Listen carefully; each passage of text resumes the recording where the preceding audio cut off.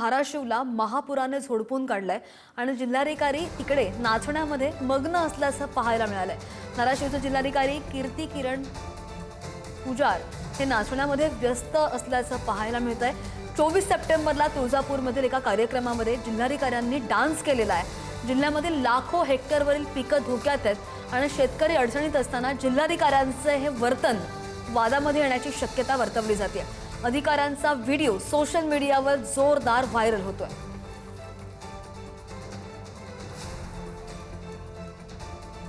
दृश्य आपण पाहतोय धाराशिवमधून हा व्हिडिओ बराच व्हायरल झालेला आहे। एकीकडे धाराशिवला महापुराने झोडपून काढलेला आहे।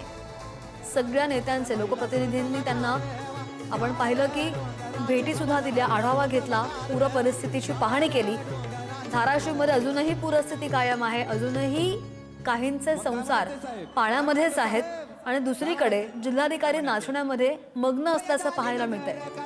आणि या संदर्भात अधिक जाणून घेत आमचे प्रतिनिधी सचिन जिरे आपल्या सोबत आहेत। सचिन, आपण दोन दृश्य दाखवतोय प्रेक्षकांना स्क्रीनवर।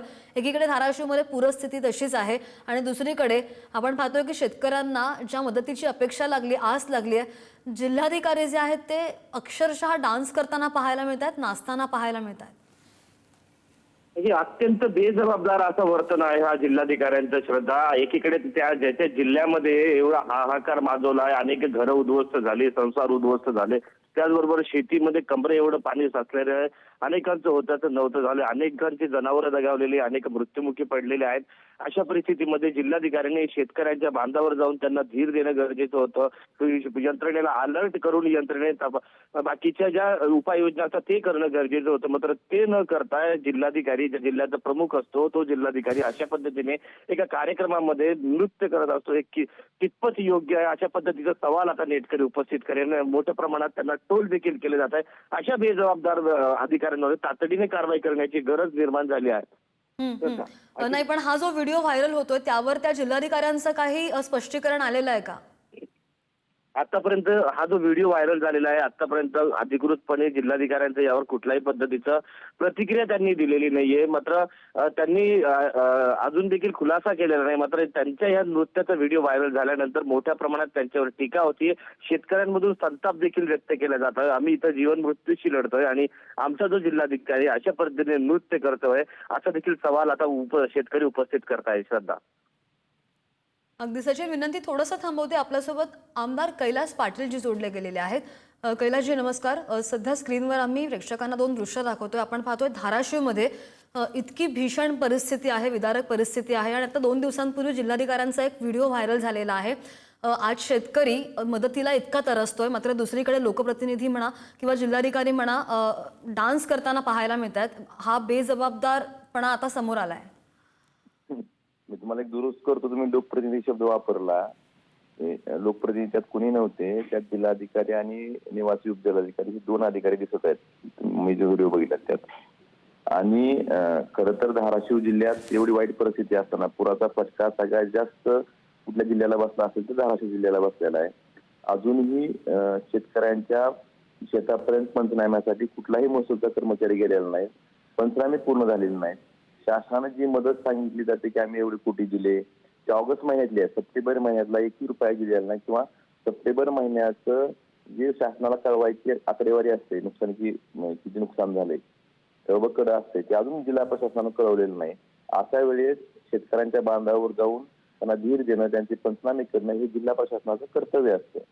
अशा वेळेस जर या प्रशासनाचे असे वरिष्ठ अधिकारी असे जर वागत असतील तर यापेक्षा दुर्दैवी गोष्ट कुठलीच नाही शेतकऱ्यांसाठी।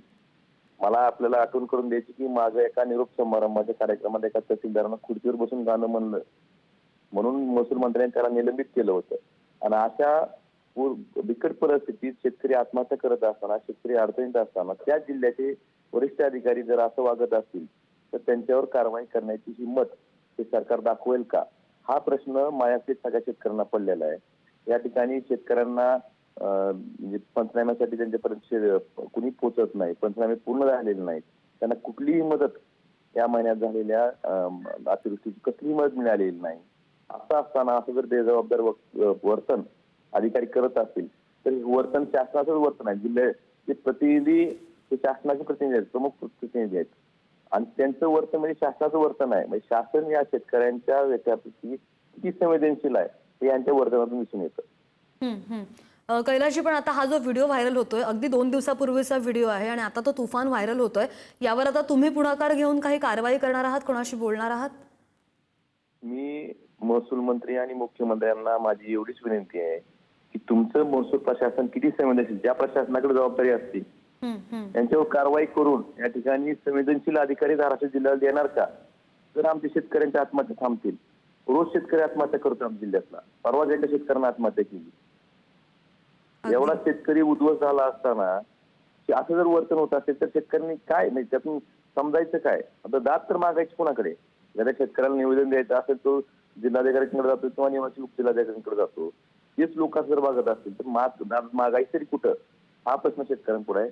तर मुख्यमंत्री हे शासन शेतकऱ्यांपैकी किती संवेदनशील आहे, जर ह्यांच्यावर कारवाई झाली तरच समजू की आपण शासन संवेदनशील आहे. नाहीतर हीच भूमिका म्हणजे ह्यांचं जे वर्तन आहे हीच शासनाचं वर्तन आहे किंवा हीच भूमिका शासनाची आहे असं शेतकरी आणि तमाम जनतेला वाटत. नाही कैलासजी, बरोबर, या गैरवर्तनासंदर्भात कारवाई होणं तितकंच महत्त्वाचं आहे. 2 ते 3 दिवस आम्ही कंटिन्युअस तुम्ही जर पाहत असाल तर ग्राउंड लेवलला जाऊन काय भीषण विदारक परिस्थिती आहे शेतकऱ्यांची दाखवतोय. अजूनही त्यांच्या घरांमध्ये पुराचं पाणी शिरलेलंच आहे. काहींची लग्न होती, काहींचे संसार सुद्धा पूर्णपणे मोडलेले आहेत आणि त्यानंतर वरिष्ठ अधिकारी जर असं वर्तन करत असेल तर ते योग्य नाही. कारवाई झालीच पाहिजे. कैलासजी, तुम्ही पुढाकार घेऊन तुमची भूमिका जर सरकारपर्यंत मांडली आणि त्यांनी जर कठोर पावलं उचलली तर याकडे हे सगळे प्रकार थांबतील अशी अपेक्षा आहे. कैलासजी, धन्यवाद, तुम्ही प्रतिक्रिया दिलीत पुढारी न्यूजला त्यासाठी. आपण हे दृश्य पाहतोय धाराशिवमधून. धाराशिवला एकीकडे महापुराने झोडपलेलं आहे आणि दुसरीकडे जिल्हाधिकारी नाचण्यामध्ये मग्न असल्याचं पाहायला मिळत आहे. धाराशिवचे जिल्हाधिकारी कीर्ती किरण पुजार हे नाचण्यामध्ये व्यस्त असल्याचं पाहायला मिळत आहे. हा त्यांचा व्हिडिओ 2 दिवसांपूर्वीचा आहे जो समाज माध्यमांवर बराच तुफान व्हायरल होतोय. 24 सप्टेंबरला तुळजापूरमधील एका कार्यक्रमामध्ये जिल्हाधिकाऱ्यांनी अशा आशयाचा डान्स केलेला आहे. जिल्ह्यामधील लाखो हेक्टरवरची पिकं अजूनही धोक्यात आहेत. शेतकरी अडचणीत असताना जिल्हाधिकाऱ्यांचे हे वर्तन आता वादात आलेलं आहे.